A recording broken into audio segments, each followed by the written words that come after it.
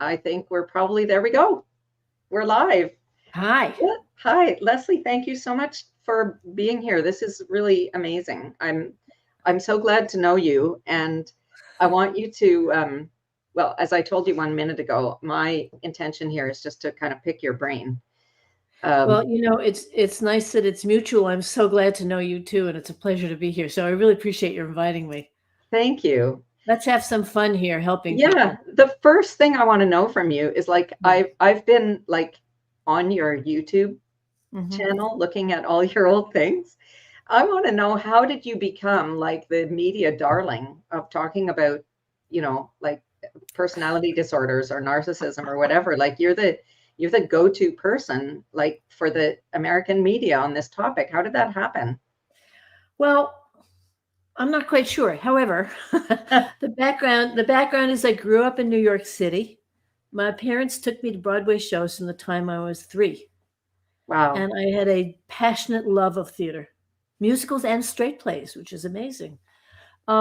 So I have a background in theater and performance and media, and being in New York and I got a degree as a psychotherapist, but I also was acting, in school productions and all that. So I was very comfortable with performing that part of it. But I was fascinated with what makes people tick. Mm. And over the years, what I've really developed my focus on and my expertise is I know what people are thinking. I know why they behave the way they do, and I know how to guide them to shift that so life gets better.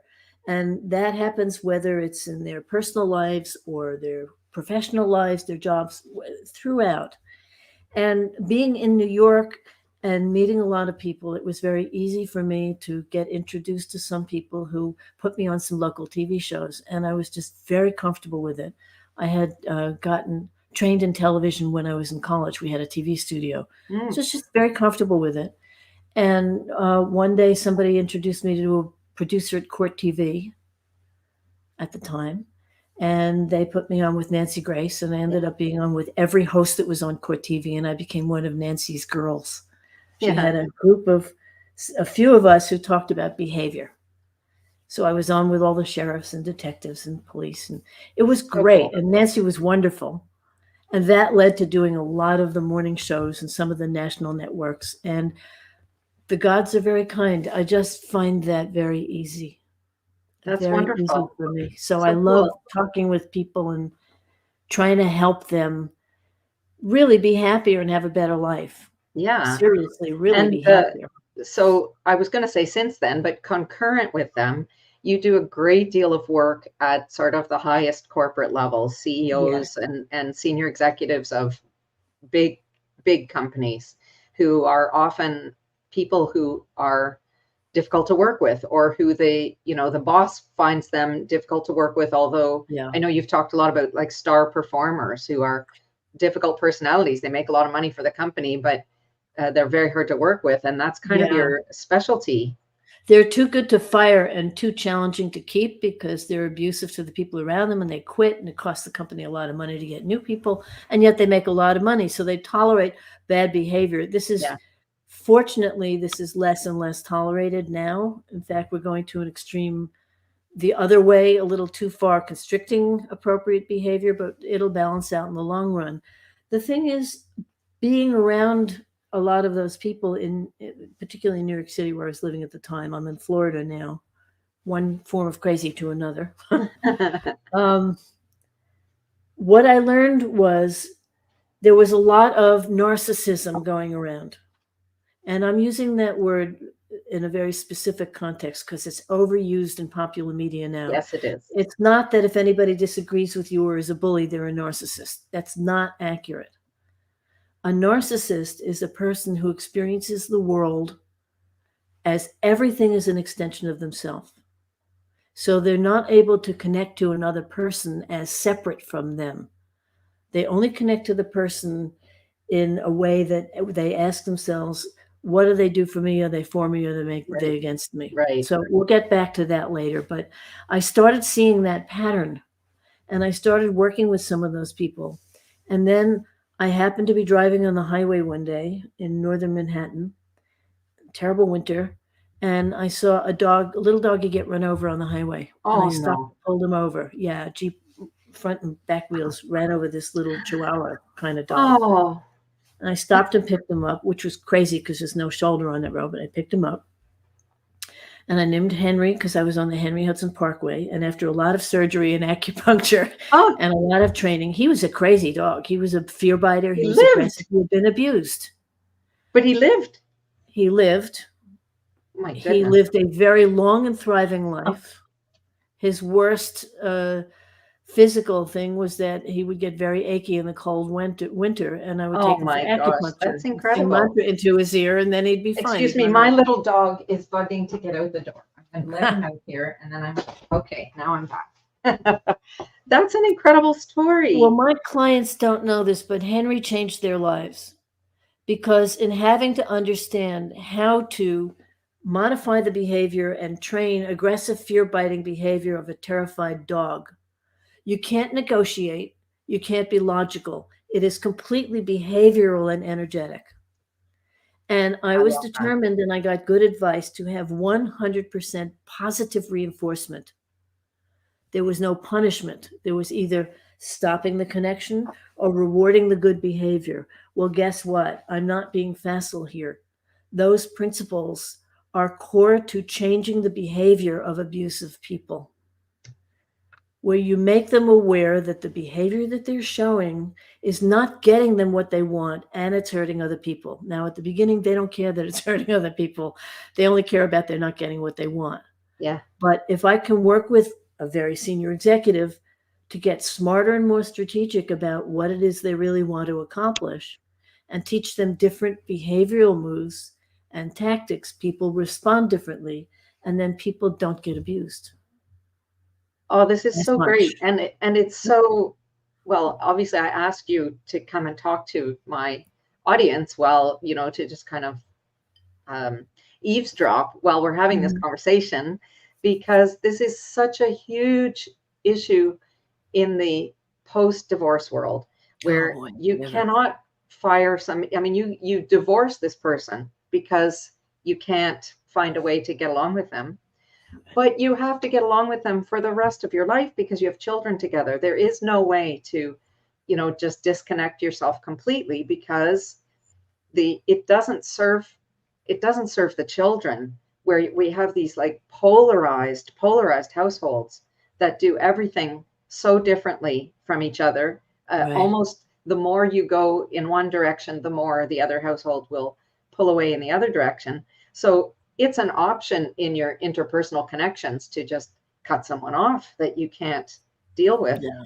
And in this context, we are stuck having to deal with somebody. So I just love because that's what I was going to say, that negotiating and logic doesn't work. And No. we're going to have a little conversation in a little while about the archetypes, which is the way that I love to see things. Hmm. Obviously, you are very well schooled about that kind of approach. But what can you say off the cuff where the I don't even like to use the term narcissist, because as you said, it's so Yeah. overused, but this difficult, demanding, self-absorbed or self-centered person who can't see other perspectives Hmm. is using somebody's children as kind of hostages to Yeah.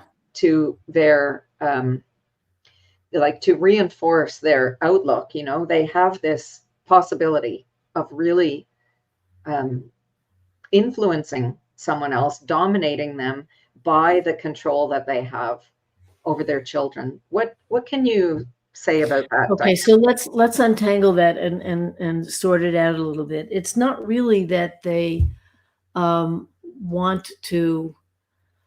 Uh, how do I say it? Let me back up. What's going on here is the core motivation of someone with that kind of narcissistic personality. And I don't like labeling people narcissists, putting them in a box. It's a personality, it's a structure, it's a pattern. Their view of the world is win or die. You're with me or you're not. Yeah. I win or I die. Now, what you need to understand is underneath that behavior is absolute existential terror and the most profound insecurity you can imagine, or you can't even imagine if you're not that personality. Right. So I actually have a tremendous amount of compassion and empathy for somebody who lives in a hell like that inside themselves. However, all the compassion and empathy in the world does not excuse the bad behavior. Right. There's a clear distinction. So, in my world, I would hope they deal with those issues. So using the children as tools or manipulations towards the ex, it's actually not about the kids, it's about winning. Of course. So it could be the kids, it'll be the money, it'll be the house, it'll be their mutual associates or friends, it'll be the in-laws, the parents, the job. It can be anything. The driving energy underneath is winning and punishing. I win or Yeah. I die, I win or I die. You're with me, my way or the highway. You're with And me or so you're not. I mean, this feels absolutely right, and I'm in the sense I have a strong intuitive sense that Mhm. leads me to also feel very innately why someone else, what they're feeling, why they're Mhm. behaving the way that they're feeling. Yeah. But from my vantage point, or from where I work with the other party, who is the one who is being imposed on, or hampered in some way, Right. we don't get to actually work with that other person. I often Right. guide them in how to word their emails, or how, we'll work on that with a view to, as you said, like supporting someone in a way that would soften their stance.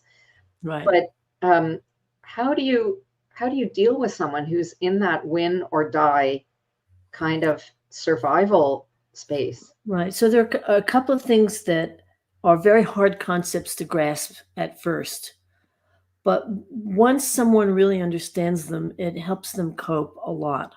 And I've worked with a number of women and one or two men who are the ones who are being abused in divorces. In a couple of cases, there was a woman who was actually in physical danger. Mm, I don't do much of that work now because, to be honest, I get too indignant. It's too hard on me. But I talk to people about it. The mindset, this is bizarre. When someone treats you that way and they have that kind of a personality, it's actually not personal. On one level, they will do it with everybody. It's not about you. You are invisible to them. And right under that, it's deeply personal. So it's this split. So the recipient, the person who's being bullied or maltreated by a narcissistic personality type person, is going to feel like they're going crazy because, on the one hand, it's so personal, and on the other, it feels like, where is this coming from? It has no sense of reality.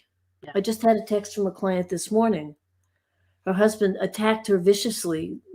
He's trying to stop drinking, and she's starting to file for divorce after many, many years.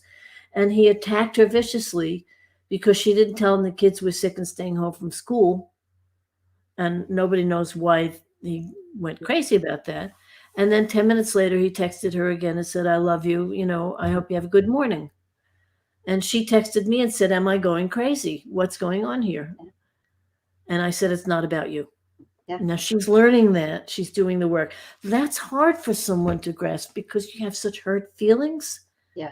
You're shamed, you're humiliated, you're abused, you're treated very, very badly. It's really hard to take care of yourself. You have to understand, on one level, it is not personal, it's their pathology. Right. And it is a pathology. It's a dysfunctional behavior. There's nothing you can do about it to change it except one thing. And that is, and this is where you can affect the relationships a lot. And I know you help people with this. You have to be very strategic. And in every communication and every email, you have to be careful with the language, not to tell them something they don't know, because they hate surprises. So even if you're telling them something new, the phrase, I'm sure you already know this, but, Right. has to preface this is happening. Yeah. The defense is down. Because if you just say, by the way, this is happening, they'll attack you and say no and fight it. Yeah. I'm sure you already know this, but this is happening. So no surprises. You must give them a win.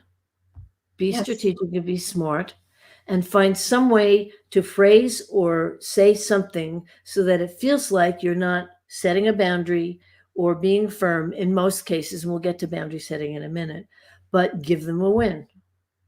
Yeah. Ask a question that you're okay with either answer. So, like, one thing I've taught people who work with very narcissistic or difficult bosses, challenging people, is never ask a yes or no question, Mm-hmm. because the answer will be no. They can't help themselves. Even if they want to say yes, biologically, they have to say no. So what do? You go to them with two options in your mind, and either one you can live with.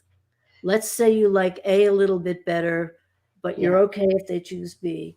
You go to them and basically you have in your mind, oh, great, wise one. That's the attitude you want to convey to them, like they're smarter. Could you help me think this through? Yeah. I'd like your take on this. Would you mind telling me what you think? I've got A here or I've got B here. And to be honest, now remember, we want A. To be honest, I'm slightly favoring B. Yeah. 9 times out of 10, because you're favoring B, they'll choose A. This is so smart. And when they choose A, they will change one little thing and claim credit. Happens at work, happens And in you have to divorce. let them do that. This is Yeah, so, absolutely. I hear this Expect so it. many times, like Program it it. was my idea and she took my idea and now I'm like, Program okay, it. but you wanted it, Program it. Set it up. Be smart. The only way you will get a different response is if you behave differently. And when you train as a psychotherapist and you go through couples counseling, or even just as a therapist when you're with a client, they teach you that people organize each other is the language they use. My behavior as a therapist, when I was doing therapy 1,000 years ago, my behavior as a therapist will organize how you react. What you do, how you react to me, is going to organize how I respond to you. It's a natural byplay. So you want to be strategic and smart and plan. There's like, I do a little narcissism 101 thing. I used to have a pamphlet. Maybe I'll send it to you so you can give it to Yeah. people. I'll dig it out. Yeah, But that'd it be was great. like really narcissism 101, like 4 or 5 steps, how to respond. Do not ever say no if you can help it. Sometimes you will. And when you set boundaries, if they are talking to you abusively or ranting and raving, and you just can't deal with it, what you say is, I'm willing to talk to you about anything if we can talk respectfully. I'm leaving now. Let's take this up again later. That's But great. then you have to leave. Yeah. You have to stop the conversation. Yeah. And if they rant and rave, you have to stay as calm as possible. This takes self-control. Yeah. Okay. I can't, when you yell at me like that, I go dumb. I can't hear. I can't deal with what you're saying. Happy to talk about anything with you if we can speak respectfully. Let's revisit this later. That's so Now, great. all these things I'm Priscilla saying. just commented she just loves that phrase. I think you already Oh, know hi, this, Priscilla. but that's a great way. That's a great way of dealing. These strategies, these behaviors are hard to learn at first. And every person I've ever worked with to help them learn these is ticked off and frustrated. Why do I have to do this? Yes. Why do I have to twist No, why myself do into I a have to do because of this? them? Why can't they just be normal? Well, the answer is they're not going to treat you well. They're just not. So they're speaking French, you're speaking Greek. There's no way in hell they will ever learn Greek. You want to communicate? Learn French. Yeah. You want to connect with them? Learn their behavior patterns and I say this in the clean sense of the word, manipulate it. Work with it. Manipulate as in shape. Yes. Not punish. Yes. Yeah. So be smart. Once you get the groove, after a while, these kinds of reactions become second nature and life gets easier. So they will only attack you, 4 out of every 5 times eventually. And then sooner or later, 9 out of 10 times. Yeah. They can't Oh, help themselves. that's so great. That's so great. And this is so close. This strategy is makes me think of something that I recommend to my stepmom listeners, actually, Mm-hmm. um, with respect to managing small children. This is something Mm-hmm. that we all of us who were mothers did maybe unconsciously at one point, but you say, would you like your sandwich with the crusts on or the crusts off? You don't say, what Yes. do you want for lunch? Or do you Right. want a sandwich? You give this binary choice and you're okay with either choice. Or you put a plate of options in front of a child to pick from. And of course, all of the options are things that you more or less approve of. Right. And then they get to pick and they have some personal agency and they feel good about themselves and they don't feel like they're being pushed around. So this is kind of the adult version of that. And I think it's brilliant. And this also actually extends into many other areas as well. One of my business mentors over the years taught very early on for extremely high end consulting in big corporations, very senior executives. Don't ever come in with a proposal with a price because you're giving them a yes or a no. You come into a proposal, you describe the situation, you give them, what it's about and what the outcomes will be and how it'll do it, how they'll know it's successful. And then you give them three options. Option one is this price for this much. Right. Option two adds this, and Yeah. option three adds this. Right. And when they come to you and say, that's great, I'd like option three, can you, give it to me for less money? The answer is, sure, what would you like me to take out? Right. Because you're talking about value. Right. So when you're doing that with kids, you're doing the same principle. Or in a divorce negotiation, like I just said, with a challenging personality, give somebody options. You want to stay away from yes or no, particularly with difficult personalities, because the reflex is to say no and then Yeah. kind of look at it again later. Well, and here's another element, which is where I've been helpful to clients, sort of strategizing for court, not because I'm a lawyer, but lawyers know about winning. Like your lawyer's job is to get you the best possible deal. And the Right. problem in a divorce negotiation where there's custody involved in children is that the loser can make your life hell forever. The Yes. loser has to walk away winning something. And Right. lawyers don't understand how to do that because this is not a situation that really is suitable for courtrooms to be handling where you're talking about Right. personal relationships and family life and children. This is not a chattel kind of situation. But I have been with clients discussing, how do we give in this case, the ex-wife, a sense that she came away from this winning something? If Exactly. she doesn't feel that she won, you are going to be no better off after you have a divorce agreement written than you are Absolutely. right now. In fact, it'll be worse Yeah, because you'll have legal constraints on you for what you can and can't do. exactly. And so Yeah. it was completely eye-opening to my client Mhm. to um, to have this kind of direction about, here's what you're going to say in order to, again, it's kind of, oh, wise one, oh, great one, Yeah. to be finding ways to phrase everything from the point of view of what a good mother she is, or why the children need, of course, to have this much contact with her. Like, Yeah. that you have to be putting those kind of things before the court so that she Yeah. feels seen and flattered and appreciated, and And like, phrases like, I want to be sure we work something out that works for both of us. right. The us and the we phrasing. Yeah. You may see on one level, um, the person who's being badly treated may not want to say we because they're so ticked off they just want to get away from that person. They However, don't as want to to be a each of we you, anymore. Yeah. but you will always be a we. If you have Yeah, kids, you will always be a we. If exactly. you don't have kids, it's different. Then you're talking about assets. That's another story. And those eventually can be separated. But if you have kids, you will always be a we. And so you need to get into the mindset that we is the key to connecting somehow to give some kind of a win so that you can live with what the result is.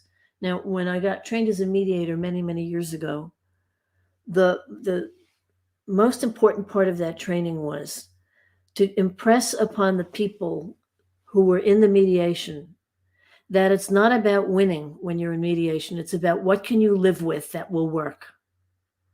And when we used to take each party to the mediation privately to find out what they really wanted and what was going on, the thing I would say over and over was, you're probably not going to get everything you want. What can you live with? What if you walk? What do you really need to walk out of here and be okay? Maybe not ideal, but okay. So that's a very important principle. What can you live with? And when you're going through the divorce, after the divorce, the question is always, what can you live with? Now, when one partner polarizes the kids against the other partner, which is a vicious, terrible thing to do.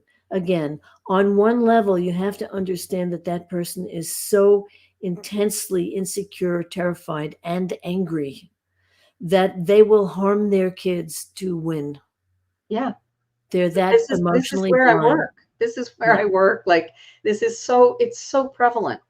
You just can't imagine. I mean, if half of the marriages, ballpark, half of the marriages are breaking up, and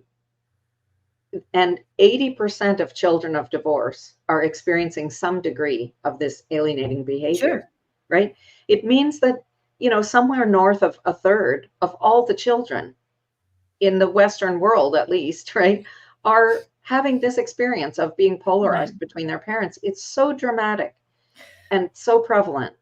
Again, I'm absolutely sure this is how you work with people, knowing you. But what needs to be done there is that the person who is being ganged up on or polarized against, at least for the first couple of years, has to be the bigger person. Yep. There's a short-term devastating hurt that's involved. Yep. Okay, and we'd admit that. It's just awful. But you never speak ill of your ex in front of your kids. You do not try to polarize your kids against the abusive ex. Yeah. And what you say things are phrases like, if it's a man, your mom has her way of expressing things, and there are two sides to every story. Yeah. And some of the things your mom talks to you about aren't really, as kids, you shouldn't be dealing with that. So let's just go have ice cream. Yeah. Tell me what's bothering you. Tell me what's upsetting you. Let me support you. I love you. I care about you, all that. But don't dump adult things on kids, and never badmouth the polar. Mom's upset. Mom is having difficulties. She's having, she can be very expressive. I'm sorry you feel upset. I'm sorry she said those things about me. I love you. Let's go have a nice time.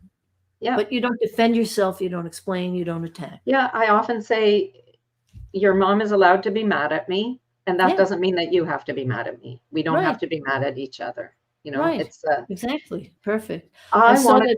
Oh, sorry. Go ahead. Frizella had another question, right? Yeah, she said, "What if the yelling is in a text?" Well, that's even easier. You write back and say, "I can't have this conversation unless we can speak respectfully. I'm going offline now. Let's talk later." Yeah. Same thing. Text is even easier because then you stop responding. I'm not going to reply now. When we can speak respectfully, we can talk. That's so great. And then don't reply. Yeah.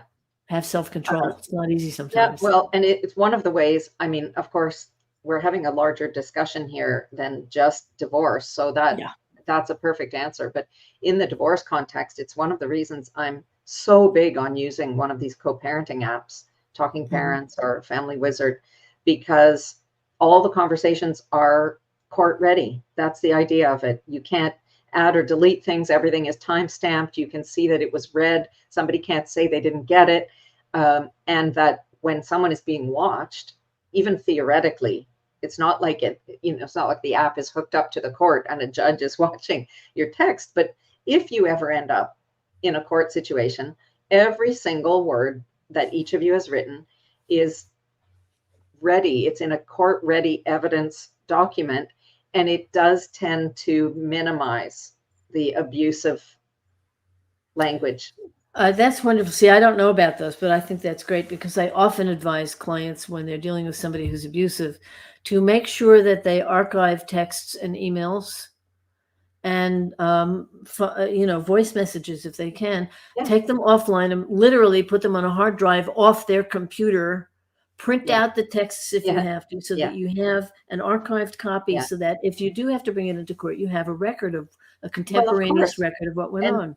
this is so, I mean, the apps are so great because they have the added feature of not being the other person can't say, well, of course I got angry because you had sent me 6 texts in a row, all, and the other person Right. leaves out the negative things that they had done. So Right. it's also a way to engage with someone in a polite and reasonable way where Right. they have to respond to you either politely or reasonably or ignore you completely. And that is a win-win for you because, Yes. And I was if going to say, they ignore you, if somebody yeah, refuses to participate in the app at all, it says something. it says something about Yeah. their willingness to, co-parent in a civil way.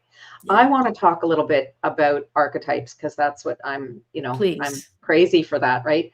So the system that I'm using, and which I have combined with the Bach Flowers, and I know we've just talked a little bit otherwise about this. It's something that you know about from way back. Bach Flowers are Yes. not something new, right? That are Right. energetic medicine that helps us to embody the positive archetype energy that we want, like actually in your body. Because so often, like better, right? Like what you said, it's so hard to be the better person, or it's so frustrating and it's hard. Like that frustration happens in your body.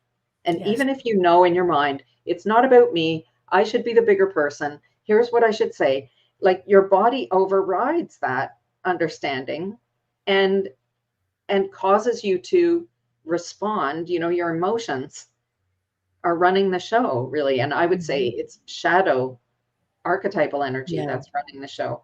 So there are only 4 shadow archetypes, these negative ones, which are the prostitute, nothing to do with sex, but that has to do with making the wrong kind of sacrifice for what you want, right? So in the sense of the narcissistic parent, let's say, they would sacrifice their own children in the interest of getting this win, which is Yes. not what their higher self would tell them And to their do, own right? soul. Exactly. And there's the child, which is about entitlement and thinking that everything revolves around them and everything should just come to them without any real effort on their part. There's the victim. And in the case of the narcissist, we'll say all of these archetypes present with a kind of bully version of them, right? Like the victim, as you said before, it's the same energy as the bully. The bully is operating from the same deficit of a feeling of power to accomplish anything or resources. And then there is the saboteur, who is sort of the know-it-all and who has to be right about everything and who is married to evidence or logic or reasoning, even if they warp it to their own purpose, right? So I had a look before our call because I just thought, which Bach flowers would we like if you just said narcissist, like which flowers would you grab for that, So there are 3 that come immediately to mind. And excuse me while I turn off my heater before this room turns into a sauna. Okay. There are 3 that jump to mind, which are beech, heather, and vine. Okay. So this is for the actual, oh, thanks. Frizella likes the archetypes. I'm so glad because I'm like so into this. So beech is a remedy that is the know-it-all. They know better for everybody. They're giving everybody else advice, and not just advice, but directions and controlling. Somebody who's judgmental, who's strict, and requires like discipline and order around them to feel okay, right? So I put all of these flowers into 2 shadow archetypes that sort of blend together into a new category, let's say. So beach is a combination of saboteur and prostitute, somebody who it's all about what they know. And yeah, it's all about being right and what they know. And then that the prostitute side of, I would say, you know, forcefully acting out their insecurity. Maybe that's the way to Yes. say it. Yeah. And Heather is the consummate child remedy of the Bach Flowers. Heather is a remedy that wants attention, that needs to be the center of attention, and they don't care what they have to do to get the attention. Right. So this is very, very common in the ex-spouse. I'm going to say like the bio mom, because my audience tends to be dads, right? Who does not want to be written out. She doesn't want her character to be written out of the show.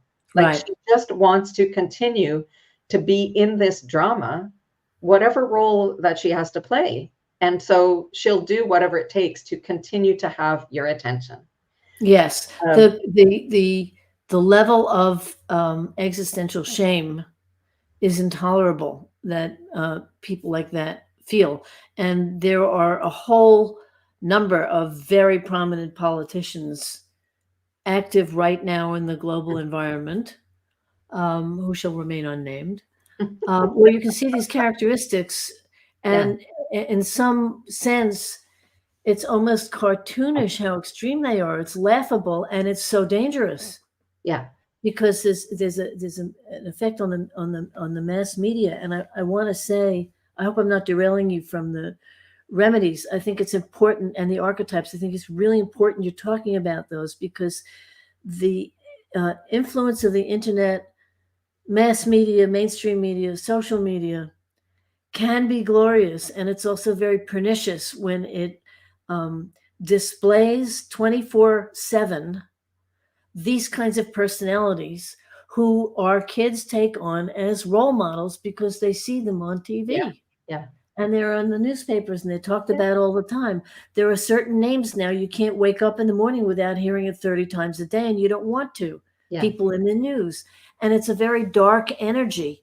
So it's incumbent upon us to look for the kinds of remedies that you're doing. And I'll just do a quick little detour, if you don't mind. Yeah, please. Quantum physics verifies that thought and emotions are energy, measurable energy. And Einstein called a phenomenon in quantum physics that he didn't understand, but he knew about, spooky action at a distance. And that is, once a particle connects to any other particle, the minute anything happens, it's observed, it moves, it changes. The exact same thing happens to the other particle simultaneously, no matter where it is in the universe. This is measured and proven. Therefore, how does that boil down to us? Your thoughts are energies. Your emotions are energies. They absolutely affect your physical body. They actually affect the other person, and they affect the environment around you. So the remedies that you're using, Bach flower remedies and homeopathic remedies and many other media for healing, are vibrational energy healing. And they are more core than taking a prescription medication, which is symptomatic. They go to the cause level, which is energy. Absolutely. And if we were to heal this out of control narcissism, it would be because your energy is different and the person doesn't have that conflicting energy to bounce against. That's it. Yeah, I just want to say one last thing. Narcissism in itself is not bad, wrong, evil, and negative. We all have narcissistic traits. We all have a self. We all have an ego. It needs to be in balance. The most positive aspect of a truly narcissistic person is, I can lead you. You are in safe hands. Let me take you to the good place. And we've had a number of world leaders who were very high-minded, who had to be narcissistic in order to lead. Yeah. That's the positive end. The ones we're talking about are at the far end of the negative. Right. So I don't want to condemn that personality trait. Yeah. You need No, to be in balance, this healthy. is so true. And the reason that this energetic approach is so fundamental is because the physics is the foundation of chemistry. All of Absolutely. chemistry is Yes. about positive and negative charges that hold things together. It's Yes. there, you're not full of miniature Velcro holding your bits together, right? Right. It's all positive, negative, negative. And we repel things by, a positive, positive, repel Yes. each other or whatever. So clearly the way to rewrite your inner software, your programming is on an energetic level. By the Yes. time you're at the level of chemistry, you're only dealing with the results of your Yeah. program. The symptoms of the outer The layer. symptoms You know, are I the had a way funny thought. to see it. I had a funny thought while you were talking.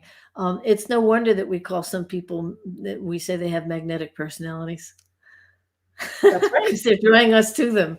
You know. Absolutely. Absolutely. That's what charisma is, right? Yeah. Yeah. It's the magnetism of being aligned so that Right. literally all of your little electrons are lined up and pointing in the same direction. Like you are in line with your higher purpose, and that makes you magnetic. Yep. It literally does. So thank you for that. That's very Yeah. cool. This is fun. So the third remedy for the controlling person, we know they're not going to take it, right? I'm just giving you, I Yeah. think that it helps even to understand people. I love working like this because everybody thinks about a remedy and they say, oh my goodness, I know someone like that. But it helps you to understand them in terms of a vibration that could just be shifted with something. So Vine is the true controlling, dominating personality of the Bach Flowers. Somebody who's like a tyrant and who expects unquestioned obedience, Mm-hmm. and that is the child who has this entitled energy combined with the bully victim version, who is just transmuting their victim mindset. It's a compensation for feeling like a victim to behave like a bully, basically. So go ahead. Yeah. I have a question for you. Mhm. This is kind of an interesting idea. So, what would happen if the dad who's being abused or the woman who's being abused were to take the bottles of those three remedies and hold them, just make contact with the bottles and work on clearing and balancing their own energy when they're not taking them, but holding them vibrationally so that they're actually working with their own, balancing their own energy to those. And I'm holding a bottle of essential oil here as an example. So that they're balancing to the energy of those remedies that are the issue without actually dealing with the person. I would bet vibrationally that would help some. That is a totally legitimate way of working. Yeah. Absolutely. And I've been a homeopath for more than 25 years. So I know that there is a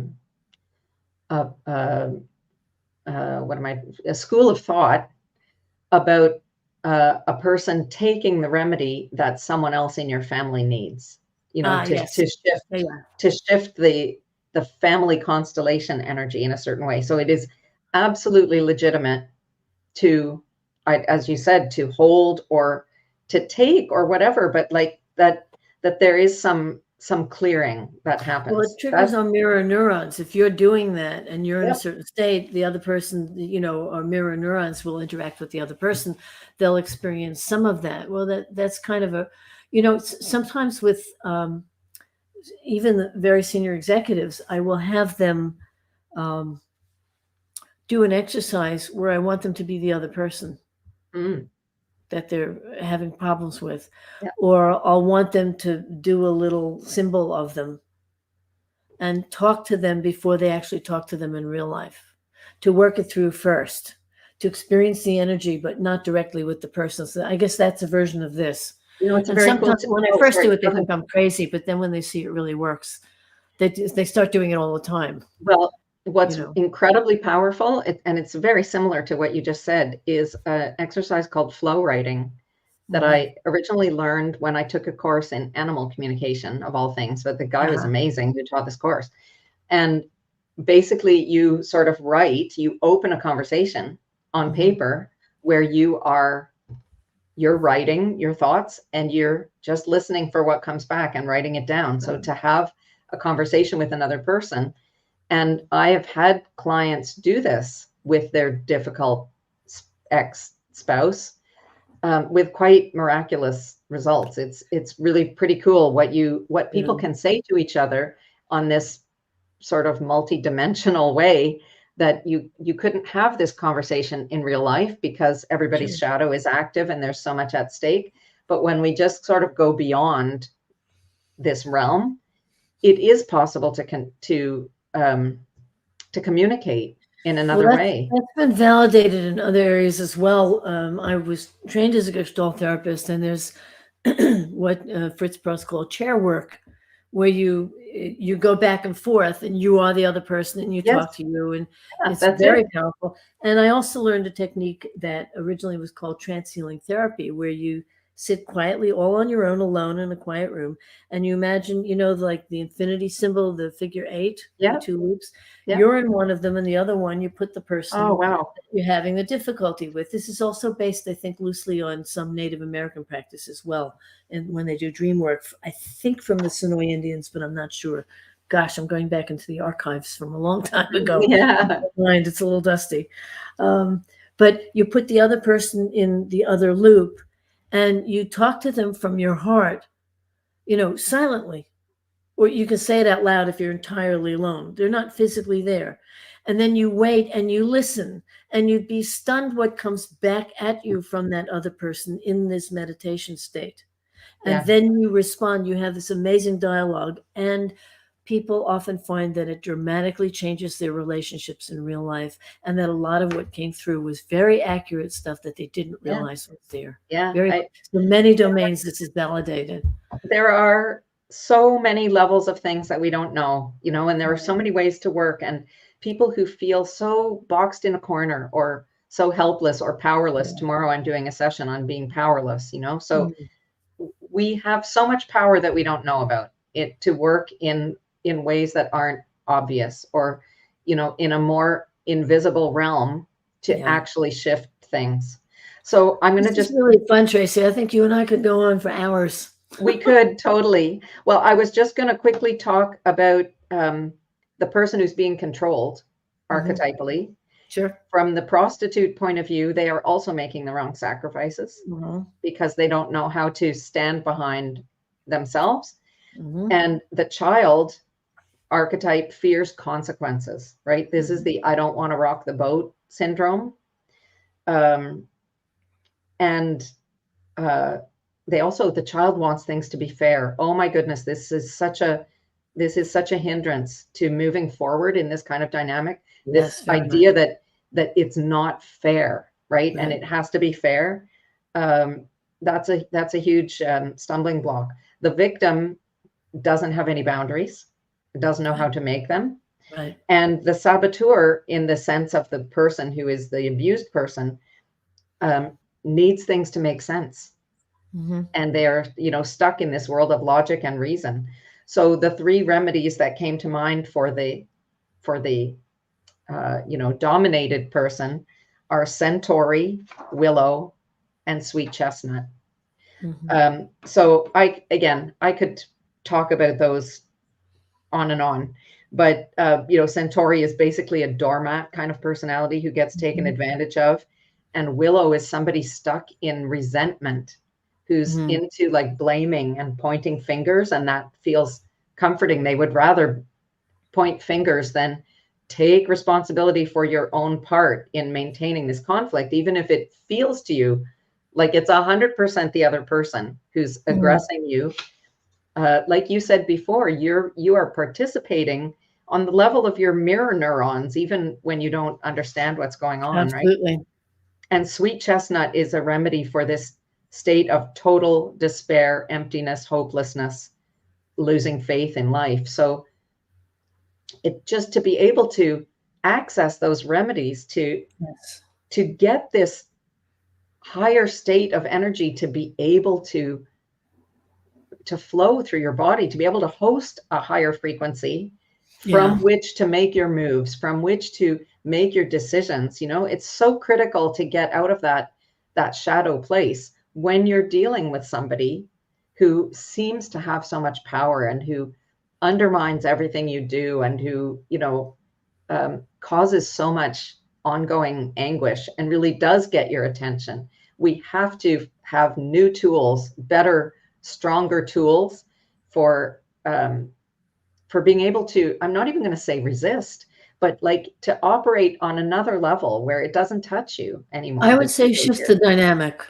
Exactly. Shift the Exactly. dynamic. And one of the most powerful things you, as the quote unquote victim or the person being abused or disadvantaged, can do is to change your mindset. And that means redefining what's a win and what's fair. Oh, I And love what's that. a win and what's fair go to a deeper level than transactional. The win is as peaceful, as stable a relationship with the ex as possible that is as least harmful and maybe even okay for the kids. Yeah.